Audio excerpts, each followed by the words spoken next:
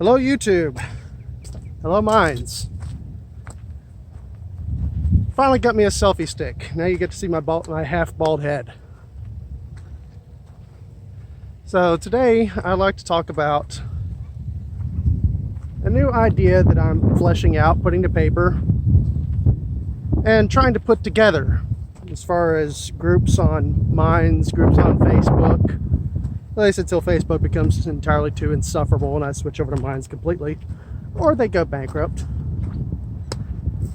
I'm calling it the IGSA, the Independent Gulf State Alliance. Sort of a,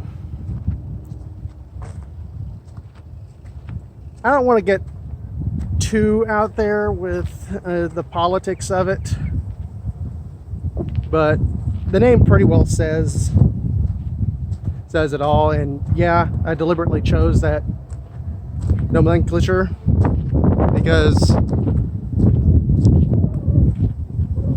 my idea is for promoting state-level self-reliance.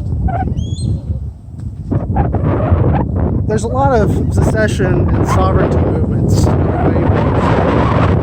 my opinion, most, if not all of them, are missing the mark. You can't really secede into any effective level without making yourself look like a complete idiot if you don't have a degree of resource independence. Without resource independence, the idea is moot and pointless. And some of this stuff does harken back to the days of the Confederacy and like Texas Republic of Mississippi, old-timey ideas like that. But what these romanticists fail to take into consideration is that back then the economy was largely agricultural.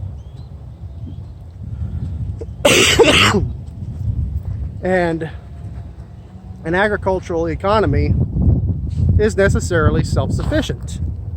People are making their own food, they're making their own fuels, they're making their own products, and they're selling the surplus. And that surplus is what a lot of the economy was back in those days. Not all of it, but the majority of it.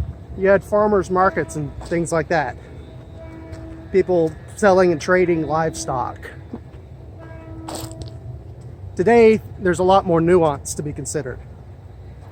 And that's why I'm tossing out there for people's consideration the name Lewis Mumford.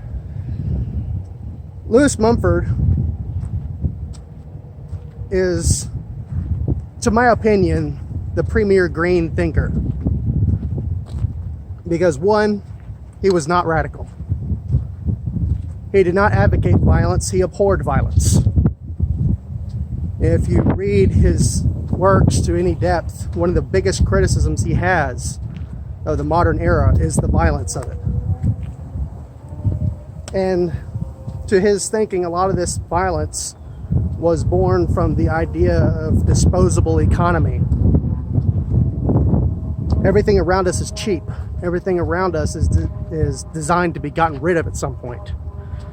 It's only natural that on some level that would extend to the people who invest in such.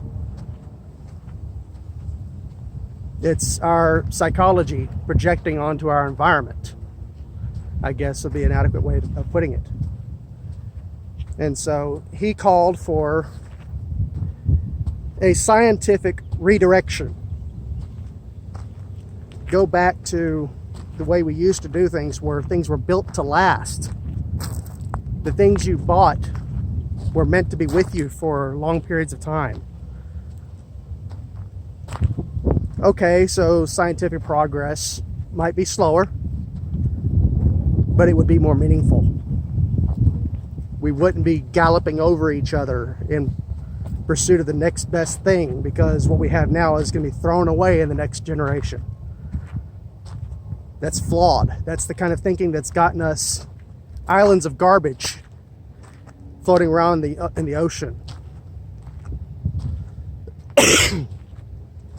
landfills the size of small mountains. And that's what's going to get us something of a Neil Blomkamp movie. And we don't want that. I don't want that. There is nothing in the libertarian ideology that opposes a grassroots revolution in science. In fact, I think it's necessary for our survival.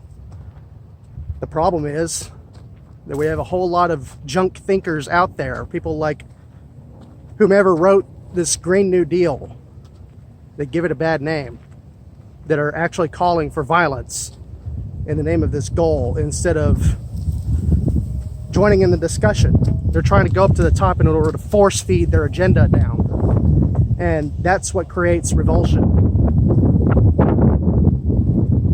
You have to have conversation. You have to be willing to discuss, see what the problems are.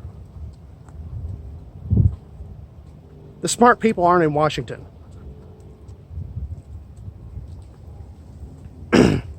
And AOC is a perfect example of this. She is not a smart person. She is not clever.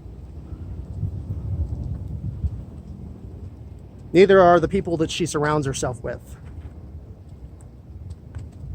And for that matter, most of the people on the other side of the aisle aren't that smart either. Just for the sake of clarity, I'm not picking sides here. I'm making my own side. That's why I'm coming out with the IGSA. We have to begin at the local level. Trying to force feed it into the national scheme is not going to work. That's why I'm for balkanization, because I do think that the disparities in our nation's cultures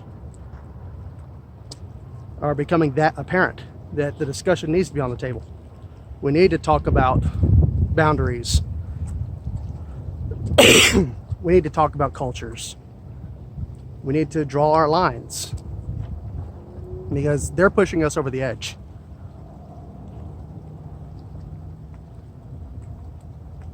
Now, whether those lines are literal national lines or whether they remain just that, cultural lines, that's on them. But if we don't step up to the table and make our opinions known on a no-nonsense but civil level, that is where it's going to end up. The Democrats, and the Justice Democrats in particular, have made it known what they want. So that's the thesis. Here is my antithesis.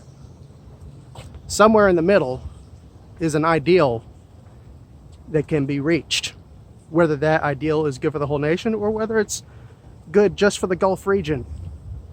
The Gulf region has resources plenty for independence and self-reliance like I am proposing.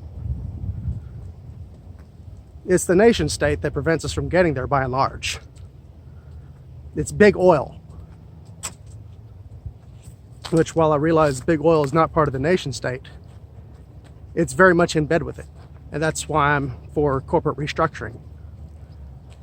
Make them incorporate with the states, not the federal government. Then we can change that, but that's a topic for another day. Anywho,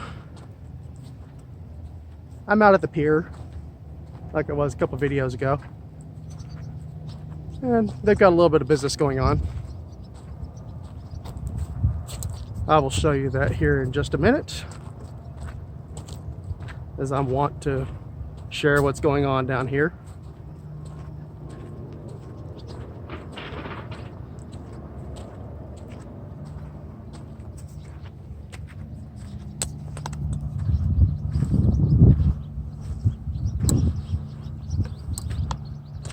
Pier isn't completely out of commission, obviously, although a heavy portion of it is.